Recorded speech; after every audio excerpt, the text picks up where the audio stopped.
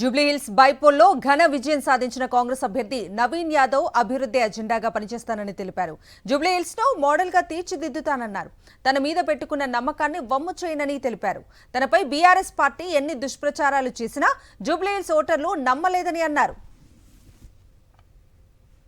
ఎన్నికల వరకే రాజకీయాలని అందరం కలిసి జూబ్లీహిల్స్ ను అభివృద్ధి చేసుకుందాము అంటున్న నవీన్ యాదవ్ తో మా ప్రతినిధి రాకేష్ ఫేస్ టు ఫేస్.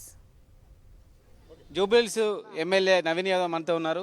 మీరు గెలిచినప్పటికీ మీ పైన కొన్ని ఆరోపణలు చేశారు బీఆర్ఎస్ అభ్యర్థి. రిగ్గింగు, డబ్బులు పంచడం, రౌడీజం, ఈ మూడు అంశాల వాళ్ళ గెలుపు దోహదపడ్డాయి అనేది ఆమె విమర్శ. అని వాళ్ళు విమర్శలతోనే కాలం గడుపుతూ ఉంటారు.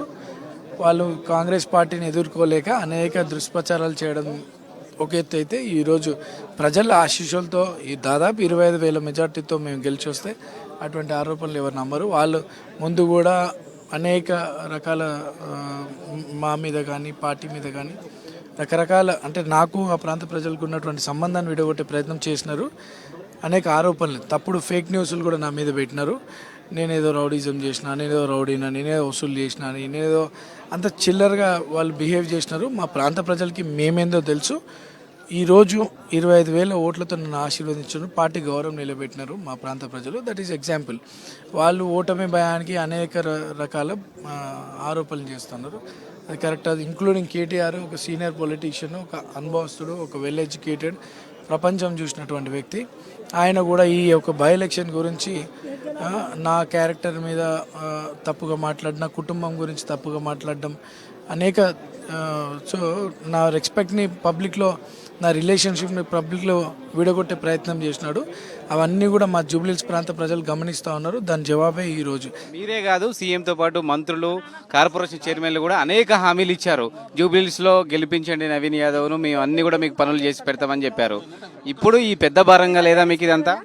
హామీలు ఇవ్వడం కాదు, గత 3 నెలలుగా మా ప్రాంత ప్రజలకు సేవ చేసే అవకాశం మా మంత్రులకు, ఎమ్మెల్యేలకు, చైర్మన్స్కి అందరికీ కూడా మా ప్రాంత ప్రజలకు సేవ చేసే అవకాశం కలిగింది. వాళ్ళు చాలా హ్యాపీగా వాళ్ళ ప్రాంతాలే కాకుండా ఇక్కడ వచ్చి దాదాపు 1-2 నెలలుగా ఉంటూ మా ప్రజల్ని కలుస్తూ అనేక సమస్యలు పరిష్కరించినారు. వాళ్ళు ఇచ్చిన హామీలు నెరవేర్చడం అది గెలవక మీ ఎలక్షన్ కాకముందే దాదాపు 150 కోట్ల రూపాయల డెవలప్మెంట్ యాక్టివిటీస్ చేసినాం. గత 10 సంవత్సరాలు జరిగిన అభివృద్ధి చేస్తూ ఉన్నాం.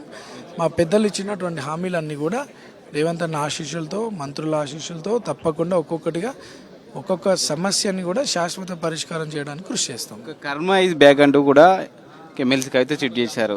ఇది మీకు సపోర్ట్గా చేసినట్టుగా బయట ఒక చర్చ జరుగుతుంది. నాకు సపోర్ట్గా చేసిన వాళ్ళకి మనసుకు తెలుసు నవీన్ యాదవ్ని ఎన్ని రకాలుగా ఇబ్బందులు పెట్టి నవీన్ యాదవ్ పొలిటికల్గా ఎదుర్కొంటే ఎంత డ్యామేజ్ చేయాలని గత 10 సంవత్సరాలుగా వాళ్ళు చేసినటువంటి కుట్రలకి ఈరోజు ఈ ఎలక్షన్ దేవుడు నిర్ణయించినటువంటి ఎలక్షన్. డెఫినెట్లీ కవిత గారు పెట్టినటువంటి పోస్ట్ 100% అదొక వాస్తవమైనటువంటి విషయం.